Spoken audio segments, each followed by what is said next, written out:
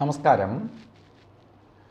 ആചാര്യ visual മീഡിയയുടെ പുതിയ ഒരു എപ്പിസോഡിലേക്ക് എല്ലാ മാന്യ പ്രേക്ഷകർക്കും സുസ്വാഗതം.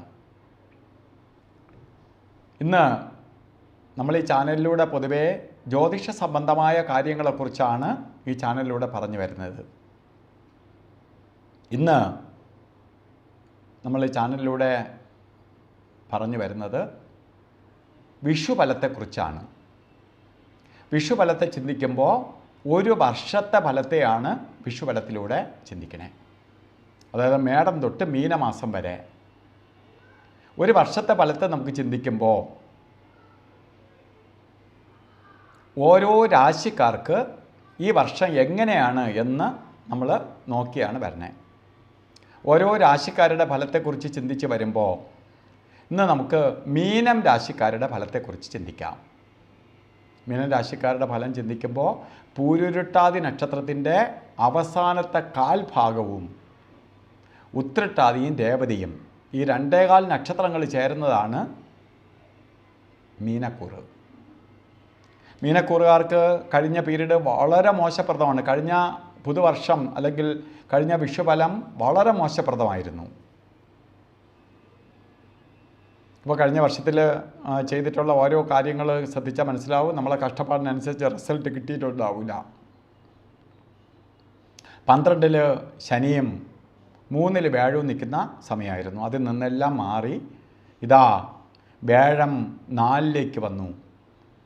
4 ഗ്രഹസ്ഥാനം, വാഹനസ്ഥാനം, അതുപോലെ മാതൃസ്ഥാനം, അതുപോലെയുള്ള ഗുണഫലങ്ങൾ തരുന്നു. അപ്പോൾ വീട് വയ്ക്കാൻ, വാഹനം വാങ്ങാൻ, അതുപോലെ വിദേശയാത്രകൾ ചെയ്യാൻ, മാതാവിന് അല്ലെങ്കിൽ മാതാവുമായിട്ട് ഒരുമിച്ച് നിൽക്കാൻ, കുടുംബത്തിനകത്ത് സന്തോഷപ്രദമായ അവസ്ഥകൾ ഉണ്ടാകാൻ ഒക്കെ അനുകൂലപ്രദമായ സമയത്തിലേക്ക് ഇതാ വന്നിരിക്കുകയാണ്. മീനരാശിക്കാർക്ക് വന്നിരിക്കുകയാണ്. ഒപ്പം നമുക്ക് ശ്രദ്ധിക്കേണ്ടതാണ് 12 നിന്ന് ശനി ജന്മത്തിലേക്ക് വന്നു. ശനി വന്നിരിക്കുന്ന ജന്മത്തിലേക്കാണ്. ജന്മം എന്ന് പറഞ്ഞാൽ കൂടെ വന്നിരിക്കുകയാണ്. ഇത് നമ്മളെ ശാരീരികമായി പിടിക്കും. ശാരീരിക അസ്വസ്ഥത ഉണ്ടാവും. കാര്യങ്ങളെ ബ്ലോക്ക് ചെയ്യും. അപ്പോൾ നമ്മൾ വിചാരിക്കുക നമ്മളെ കാര്യങ്ങളെല്ലാം നടക്കാനായിട്ട് വ്യാഴം നമുക്ക് നല്ല സ്ഥാനത്തേക്ക് വന്നിരിക്കുകയാണ്.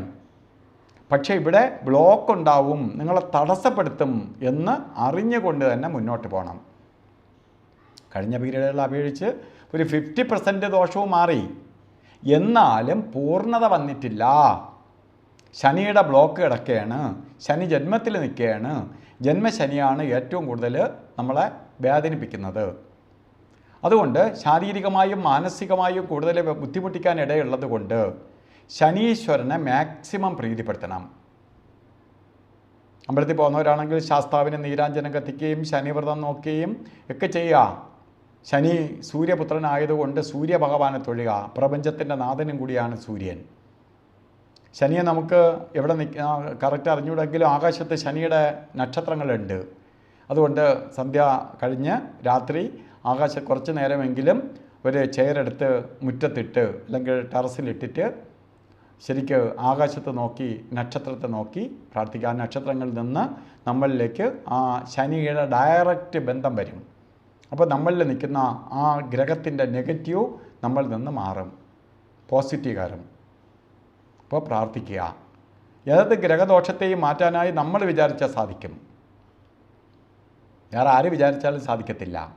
ദൈവത്തിൻ്റെ അടുത്ത് റെക്കമെൻഡ് ചെയ്യാന്നേ ഉള്ളൂ. ചെന്ന് ഭഗവാനെ എനിക്കത് മാറ്റിത്തരണേ, ദൈവമേ എനിക്കിത് ചെയ്തു തരണേ എന്നൊക്കെ പോയി പ്രാർത്ഥിക്കുക. അത് റെക്കമെൻഡ് ചെയ്യണതാണ്. ആ റെക്കമെൻഡേഷൻ കേൾക്കാതിരിക്കാം. നമുക്ക് തന്നെ ചെയ്യാം. നമ്മൾ തന്നെ ഈ മാർഗങ്ങൾ സൂര്യഭഗവാനെ തൊഴുകയും നക്ഷത്രങ്ങളെ പ്രാർത്ഥിക്കുകയും ഒക്കെ ചെയ്തു പോയാൽ നിങ്ങൾക്ക് ഈ ദോഷത്തിൽ നിന്ന് അതിജീവിച്ച് പോകാൻ സാധിക്കും. ഈ വീഡിയോ നിങ്ങൾക്ക് ഇഷ്ടപ്പെട്ടിട്ടുണ്ടെങ്കിൽ നിങ്ങളത് മറ്റുള്ളവർക്കും കൂടി ഷെയർ ചെയ്ത് കൊടുക്കുക. അവരും പല വിപത്തിൽപ്പെടാതെ അവർ നോക്കി മുന്നോട്ട് പോകാൻ ചെയ്തു പോകും. അതുകൊണ്ട് ഷെയർ ചെയ്ത് കൊടുക്കുക. അതുപോലെ ചാനൽ സബ്സ്ക്രൈബ് ചെയ്തിട്ടില്ലെങ്കിൽ സബ്സ്ക്രൈബ് ചെയ്യുക. ബെൽ ബട്ടണും കൂടി അമർത്തുക. കാരണം നമ്മൾ യൂട്യൂബിൽ ലൈവ് ചെയ്യുന്നുണ്ട്.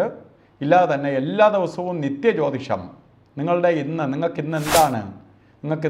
എന്താണ് നിങ്ങൾക്ക് എല്ലാ ദിവസവും നമ്മൾ അവരവരുടെ ഫലം ഈ ചാനലിലൂടെ ഇട്ട് തരികയാണ്. ഓരോ ദിവസത്തെ ഫലം. നമുക്കത് നോക്കിയിട്ട് ഇന്ന് നമുക്ക് ഓരോ കാര്യത്തിന് ഇറങ്ങണമെങ്കിൽ എപ്പോൾ, ഏതൊക്കെ സമയം സൂക്ഷിക്കണം എന്നെല്ലാം അതിൽ മെൻഷൻ ചെയ്ത് നിങ്ങളെ അറിയിക്കുകയാണ്. കാരണം 40,000-ൽ കൂടുതൽ ആളുകൾ സബ്സ്ക്രൈബേഴ്സ് ആയിട്ടുണ്ട്. അവർക്ക് വേണ്ടിയിട്ട് ഞാൻ ചെയ്യുന്നതാണ്, അവരുടെ അഭ്യർത്ഥന മാനിച്ചുകൊണ്ട്. അതുപോലെ തന്നെ വിദേശ രാജ്യത്ത്, പ്രത്യേകിച്ച് ദുബായിൽ നമുക്ക് ഓഫീസുണ്ട്. പൂജാസ് ജുവലറി ട്രേഡിംഗ് LLC എന്ന് പറയുന്ന സ്ഥാപനമുണ്ട്. അപ്പോൾ അവിടെയും കൺസൾട്ടേഷനുണ്ട്, അല്ല ഓൺലൈൻ കൺസൾട്ടേഷനുണ്ട്, അതുപോലെ യൂട്യൂബ് ലൈവ് ഉണ്ട്. അപ്പോൾ ഇതിലൂടെയൊക്കെ നിങ്ങൾക്ക് കാര്യങ്ങൾ മനസ്സിലാക്കാവുന്നതാണ്.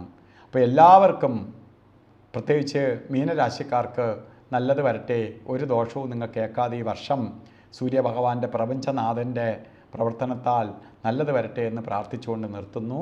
നന്ദി, നമസ്കാരം.